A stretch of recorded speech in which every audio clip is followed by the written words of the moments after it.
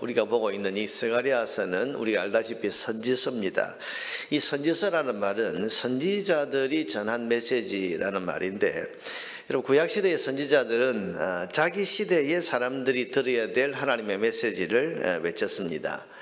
시대마다 하나님이 하시고 싶은 말씀이 있지 않겠습니까? 그 시대 사람들에게 게으른 시대에는 또 열심을 내라 그런 말씀도 하시고 싶을 거고, 죄가 아주 번성한 시대에는 너희가 회개해라, 혹은 또 용기를 잃고 힘을 잃고 있던 시대에는 또 하나님께서 또 위로를 주고 또 격려하시는 그런 메시지. 그러니까 그 시대마다 하나님이 하시고 싶은 말씀이 있는데, 자기 백성에게 이게 하나님 직접 나타나서 말씀하시는 것이 아니고 선지자들을 통해서 이런 말씀들을 하시는 겁니다. 그래서 이 선지서에는 우리가 시대적 배경을 잘 이해하면서 그 시대 사람들을 향해 하시는 하나님의 말씀이 뭔가를 우리가 들을 수 있습니다. 그럼 이 스가랴서에는 어떤 하나님의 메시지가 들어 있습니까? 이 말은 그 시대 사람들이 들어야 됐던 하나님의 말씀은 어떤 것인가 하는 말입니다. 우리가 이 스가랴 시대를 이해를 해야 됩니다. 스가랴 세대의 사람들은 여러분 어떤 상황이던 사람들이었습니까? 바벨론에 포로로 잡혀갔다가 70년 만에 다시 예루살렘에 돌아온 사람들입니다. 돌아온 이 사람들이 제일 시급하게 힘써서 했던 일이 바로 성전 재건이었습니다. 그런데 이 성전 재건이 뜻대로 잘 되질 않았습니다. 자꾸 방해를 받아서는 중단이 되고 그래서 아예 멈추어져 버렸습니다. 그러다 보니까 돌아온 이 백성은 힘을 잃습니다. 점차적으로 성전 재건의 일조차도 잊어갔습니다.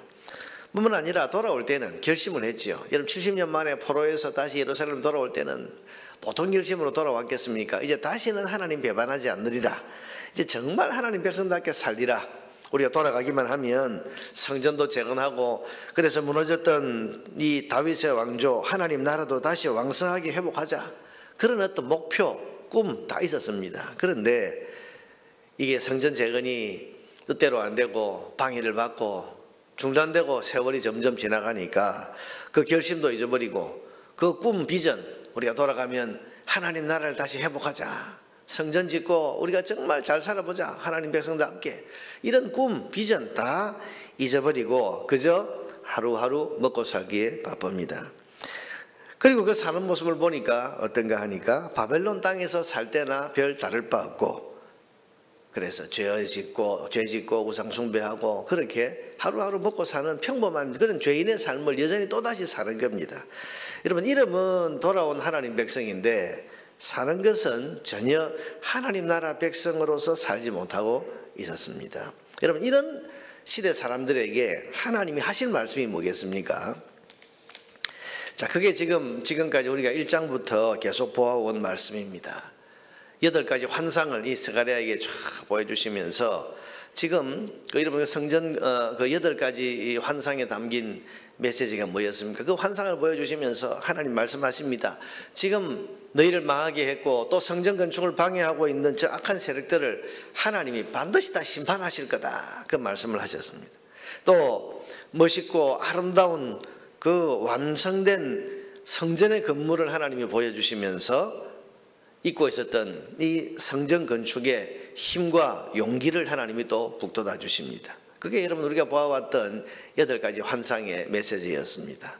또 무엇보다도 그 완성된 성전을 중심으로 다시 회복될 하나님의 나라, 특히 메시아가 오셔서 할 일이 뭔가 하는 것을 계속해서 이 스가랴를 통해서 백성들에게 보여주시는 겁니다. 여러분 그 시대 사람들이 이 스가랴가 전했던 이 말씀을 들으면서 잊었던 성전 건축에 대한 꿈, 비전, 다시 그래 하나님이 그 우리의 저 대적들을 다 망하게 하신다, 또 그 크고 아름다워 멋진 성전이 재건된, 그래서 그 성전에서 하나님의 은혜의 강물이 흘러나오는 걸 보면서 그 환상을 보면서 그래 우리가 이 성전을 다시 재건해야지, 그런 힘도 다시 얻게 되고, 무엇보다도 그 성전 건축을 통해서 하나님 나라를 다시 회복하시면 메시아가 오시게 될 건데, 그 메시아가 오시면 정말 멋진 시대가 시작된다. 그래서 메시아에 대한 꿈도 소망도 가지게 되고, 여러분 이게 이 스가랴서가 가지고 있는 메시지인 것이고 또 이걸 하나님이 지금 말씀하신 것입니다. 그 가운데서 오늘 이 13장은 어떤 내용인가 하면 이제 회복된 하나님 나라의 왕으로 오시는 메시아, 그 메시아께서 오시면 이루어질 일이 뭔가, 어떤 일이 이루어질 것인가에 대해서 지금 하나님이 백성들에게 말씀하시는 내용입니다. 우리는 여러분 이 메시아가 누군지를 너무 잘 압니다. 누구십니까? 우리 주 예수 그리스도이십니다. 그 예수님이 오시면 어떤 일이 일어나는가, 그걸 이 백성들에게 미리 보여주시는데 어떤 일이 일어납니까? 첫째는 1절에 죄와 더러움이 씻어집니다. 그날에 죄와 더러움을 씻는 셈이 다윗 족속과 예루살렘 주민을 위하여 열리리라. 여러분 이 죄와 더러움은 율법으로는 씻어지지 않던 것들이, 사람이 노력하고 힘쓴다고 해서 되지 않던 일이었습니다. 그런데 메시아이신 예수님이 오시면 그 씻어지지 않던 죄와 더러움을 씻을 수 있는 셈이 열리게 될 것이다, 그렇게 말씀합니다. 그 셈이 뭡니까? 우리가 잘 아는 대로 우리의 죄를 씻어주시는 예수님의 피, 보혈의 셈입니다. 예수님 오셔서 보혈의 셈이 열리면 율법으로도 사람의 노력으로도 어떤 힘으로도 씻어지지 않던 그 사람의 죄와 더러움이 깨끗하게 씻어지게 될 것이다. 지금 하나님께서 메시아 시대의 그 비전을 말씀하시는 거죠. 여러분 이 셈이 열린다 그랬죠. 열린다 이 말은 사람이 우물을 파는 게 아니고, 사람이 연다는 게 아니고 열린다, 곧 메시아께서 열어주신다, 그런 뜻입니다. 그렇습니다. 여러분 사람의 심판받을 죄와 더러움을 씻을 수 있는 셈을 예수님께서 자기 피로 열어주셨습니다. 그러니 얼마나 큰 복입니까? 우리의 죄와 더러움을 씻을 수 있는 보혈의 셈을 열어주신 주님, 그 주님을 지금 스가랴서는 예언하고 있고, 이 예언대로 주님 오셔서 우리를 위한 보혈의 셈 열어주셨습니다. 우리는 이 보혈의 셈에서 율법으로도 그 무엇으로도 씻어지지 않는 심판받을 죄와 더러움이 씻어지는 이런 놀라운 은혜를 이미 입은 사람들입니다. 이것을 여러분들 우리는 다시 확인할 수 있는 겁니다. 예수님을 통해서 죄와 더러움을 씻을 수 있는 보혈의 셈이 열리리라고 하셨는데, 그 약속대로 예수님 오셔서 오늘 우리를 위한 죄와 더러움을 씻는 보혈의 셈이 열렸다. 우리에게는 여러분 이것이 준비되어 있습니다. 둘째로 예수님이 오시면 어떤 일이 벌어집니까? 죄와 더러움으로 사람을 이끌던 죄의 원인을 끊어버리게 됩니다. 여러분 사람을 더럽게 하고 사람을 죄로 이끄는 게 무엇이었습니까? 2절에 보면 세 가지가 나옵니다.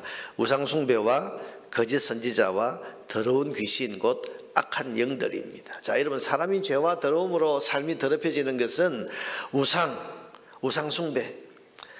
우상은 뭡니까? 하나님이 아닌 우상을 섬기는 것이 우상숭배의 죄입니다. 그런데 성경에 보면 우상숭배는 탐심이라고 하셨습니다. 그러니까 여러분 우상을 사람들이 섬기는 이유는 마음에 탐심, 욕망이 가득하기 때문에 자기 욕망을 채워줄 우상을 여기저기 만들어 놓고, 결국 여러분 그래서 우상숭배와 이 마음의 탐심, 욕심은 본질이 같은 거예요. 그래서 사람은 마음의 탐심, 욕심이라는 것이 죄로 이끌고 삶을 더럽게 만듭니다. 그렇지 않습니까? 우리가 봐도 사람이 욕심 부리는 거 보면 삶이 더러워져요. 욕심 부리는 사람치고 삶이 깨끗한 사람이 있습니까? 지저분해집니다. 죄를 너무 쉽게 손대게 되고 죄에 너무 기대게 되고, 이게 다 욕심 때문이에요. 이 우상숭배라고 말씀하셨습니다. 그런데 예수님의 십자가 보혈로 씻음받은 사람은 예수님을 주님으로 모시고 섬깁니다. 여기에 여러분 우상이 들어갈 틈이 없습니다. 주님을 섬기는데 어떻게 우상이 들어갈 틈이 있겠습니까? 뿐만 아니라 예수님을 주님, 하늘과 땅의 모든 권세를 가지신 분으로 믿고 의지하기 때문에 탐심, 욕심 이것 채우려다가 죄짓고 삶을 더럽힐 일이 없는 겁니다. 그래서 여러분 예수 믿으면 주님께 우리의 모든 삶을 의지하고 주님 안에 모든 것이 있다는 믿음을 가지고 있기 때문에 여러분 주님 안에서 우리가 만족함을 누리고, 주님 안에서 우리가 자족을 누리고, 주님 안에서 우리가 감사하는 삶을 살게 되는 거기 때문에 탐심, 이 욕심이 그 삶을 더럽힐 일이 없는 겁니다. 자, 여러분 우리가 제대로 주님을 제대로 예수 못 믿어서 그렇지, 정말 예수 제대로 믿으면 이런 마음의 욕심, 탐심이 그 속에 틈을 탈 이유가 없는 겁니다. 지금 스가랴는 그걸 예언하고 있습니다. 둘째로 예수님을 구주로 믿고 섬기면 거짓 선지자가 미혹할 틈이 없습니다. 여러분, 진리이신 예수님이 계시고 그 예수님의 말씀인 진리인 성경이 있는데 거짓 선지자가 어떻게 끼어들 수 있겠습니까? 오직 예수, 오직 말씀의 믿음을 가진 사람에게는 세상의 거짓과 이단이 틈을 탈 수가 없습니다. 그래서 오늘 본문에 보면 3절 이하에 있는 내용이 이 거짓 선지자가 없어진다. 예수님 오시면 이 거짓 선지자들이 전부 사람을 미혹할 수가 없다, 그 말씀을 하시는데요. 사람이 아직도 예언할 것 같으면, 3절, 아직도 예언할 것 같으면 그 낳은 부모가 그에게 이르기를 네가 여호와의 이름을 빙자하여 거짓말을 하니 살자. 여러분, 거짓 선지자 누가 잘 아는가? 가장 가까운 사람이 잘 아는 겁니다. 멀리서 볼 때는 대단한 것 같아도 가까운 사람이 보면 얼마나 그 사람이 별것 아닌 사람인지를 아는 거죠. 그러니 이게 다 드러난다, 그런 말이에요. 그래서 그 낳은 부모가 그가 예언할 때에 칼로 그를 찌르리라, 좀 과격한 말씀이긴 하지만 자기 자식이 거짓 선지자 노릇하는 걸 보면 부모가 그걸 말린다, 그런 말이죠. 또 4절에 보면 그날에 선지자들이 예언할 때에 그 환상을 갖기 부끄러워할 것이며 자기가 뭘 봤다 뭐 하면서 내가 하나님 말씀이다 이러면서 말하는 것을 부끄러워하게 될 것이고, 사람을 속이려고 털옷도 있지 않냐할 것. 털옷이라는 것은 선지자들이 입은 뭐 세례요한 같은 그런 털옷, 그런 걸 입고 자기를 선지자처럼 과장하고 이런 것도 없을 것이고, 5절에 말하기를 나는 선지자가 아니요 나는 농부라, 내가 어려서부터 사람의 종이 되었나. 예수님 오시면 그 앞에 거 아니 누가 내가 참 진리라고 말할 수 있겠냐, 그런 말입니다. 6절에 어떤 사람이 그에게 묻기를 네 두 팔 사이에 있는 상처는 어찌 됨이냐 하면 대답하기를 이는 나의 친구 집에서 받은 상처라 하리라. 이게 참 이제 코미디 같은 이야기죠. 여러분, 그 엘리야 시대에 바알 아세라에게 기도하던 그 선지자들이 어떻게 했습니까? 나중에 응답이 없으니까 자기 몸을 막 해하면서 자기 몸에 상처를 내면서 기도해요. 이게 자해를 하면서 기도했지 않습니까?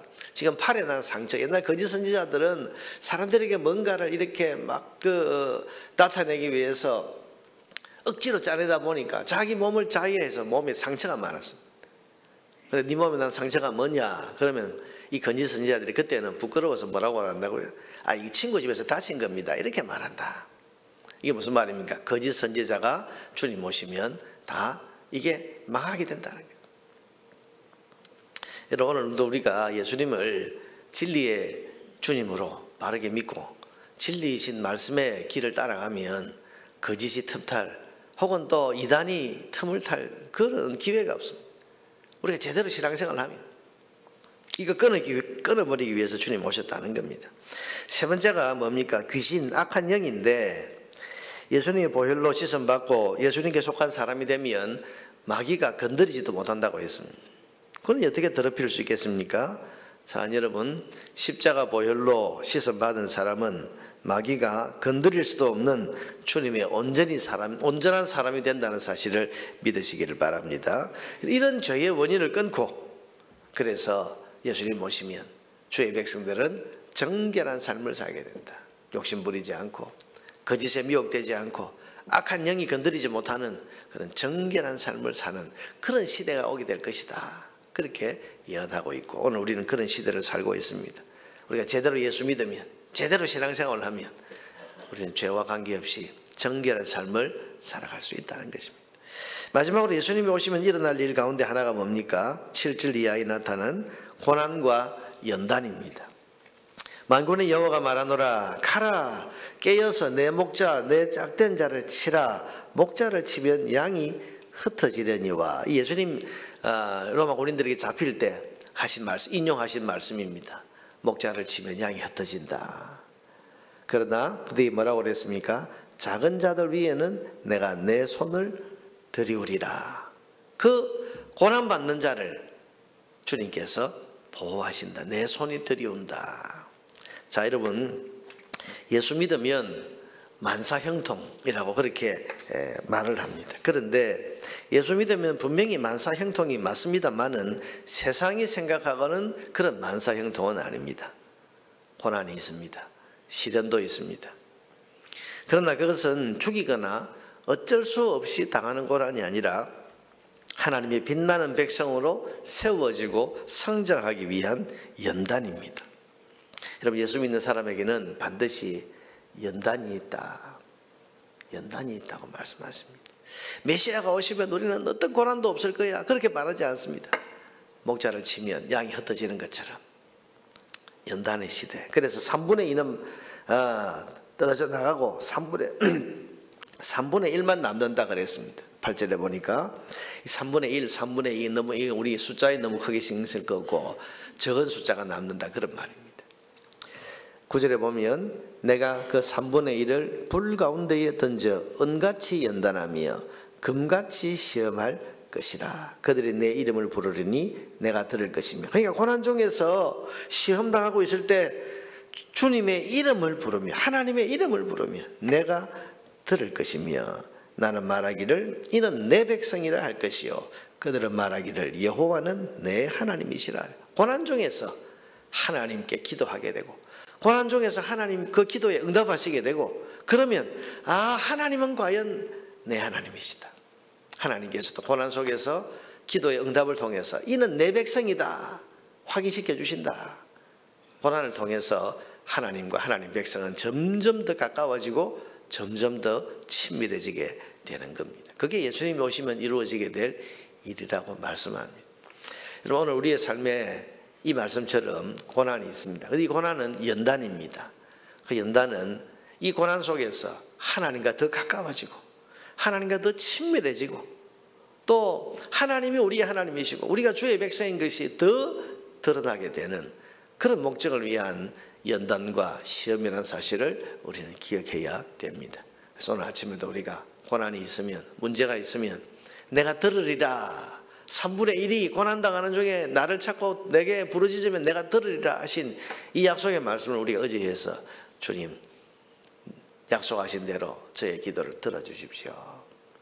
그래서 과연 하나님 내가 주님의 백성인 것을 나타내 주시고 하나님의 응답을 받아서 과연 하나님이 내 하나님이시다 이 찬양과 고백을 할 수 있게 해 주시옵소서. 우리가 이 말씀 붙들고 오늘 아침에도 간절한 믿음 가지고 기도해서 오늘 이 약속의 말씀이 내 삶에 그대로 실현되는 그런 은혜를 누리게 되기를 주님의 이름으로 축복합니다.